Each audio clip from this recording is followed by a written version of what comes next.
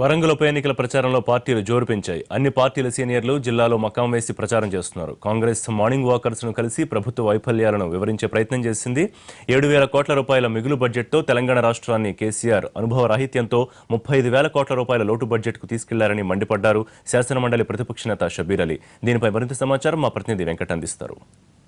ప్రచారం మరింత వేడికిందని చెప్పొచ్చు. ప్రస్తుతం నేను కాకతీయ మెడికల్ కళాశాల మైదానంలో ఉన్నాను. అభ్యర్థి సర్వ సత్యనారాయణ, మాజీ మంత్రి బసవరాజ సారయ్య, సీనియర్ కాంగ్రెస్ నేతలు హరిరామాదేవి వీళ్ళతో కలిసి మాజీ మంత్రి సీనియర్ కాంగ్రెస్ నేత షబ్బీర్ అలీ కాంగ్రెస్ ఉప ఎన్నికల ప్రచారం నిర్వహిస్తున్నారు. ప్రచారంలో నిర్వహిస్తున్న షబ్బీర్ అలీ గారు నా మధ్య ఉన్నారు. ఒకసారి మాట్లాడే ప్రయత్నిద్దాం. Sir, good morning sir. మొత్తానికి మార్నింగ్ వాక్ చేశారు, మార్నింగ్ వామప్ చేశారు.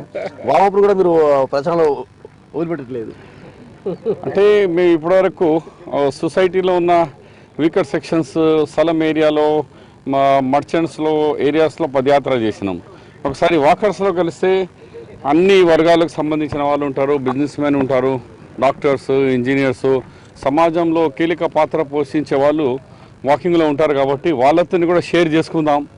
ప్రభుత్వం మీద వ్యతిరేకత ఉందని తాస్థల ప్రచారం జరుగుతుంది. కానీ గ్రౌండ్లో ప్రభుత్వంలో విపక్షాలు కావచ్చు, కాంగ్రెస్ నేతలు కావచ్చు, మిగిలిన వర్గాలు కావచ్చు, ఆశించిన మేర యాంటీ ఇన్కమెన్స్ ఉందా?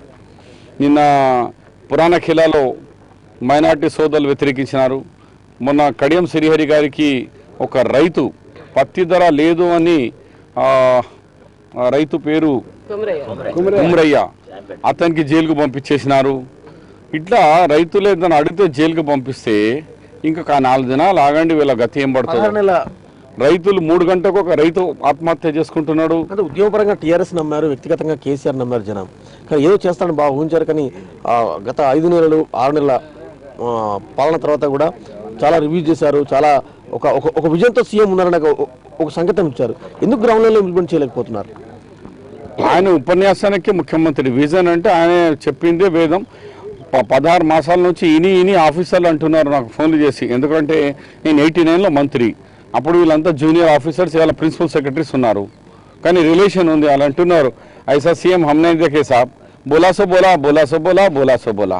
अरे 6 घंटे बैठता, 6 घंटे को नहीं बात करता, हमको तो बात करने ही नहीं देता.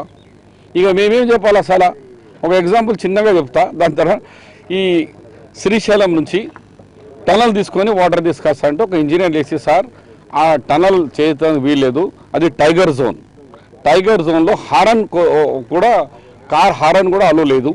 అక్కడ టైగర్ జోన్ ఉంది. అది మొత్తం వరల్డ్ వైడ్గా అది డిక్లేర్ అయింది టైగర్ జోన్. చేయరాదంటే ఎవడా నీకు చెప్పింది? కుస, ఇది తెలంగాణ ముఖ్యమంత్రి మాట్లాడుతున్నాడా ఏమనుకున్నా, మజాక్ అనుకున్నావు అన్నాడు. అది నేను చెప్పిన అన్నాను ఇట్లా తిట్టినవాట అసెంబ్లీలో కలిస్తే. నేను ఒక ఎనర్జీ మినిస్టర్, మాకు అక్కడ గెస్ట్ హౌస్ ఉంది. ఒక బోర్ వేయాలంటే ఆఫీసర్లు బోర్ సీజ్ చేసారు మాది, కానీ బోర్ వేసే పర్మిషన్ లేదు ఇక్కడ. నా కేంద్రం, నా గవర్నమెంట్, రాష్ట్రం నాది. కేంద్రంకి రాసిన 3 సంవత్సరాల తర్వాత ఫైల్ వాపస్ వచ్చింది, బోర్ వేసేందుకు వీల్లేదు, because this is a tiger zone అని.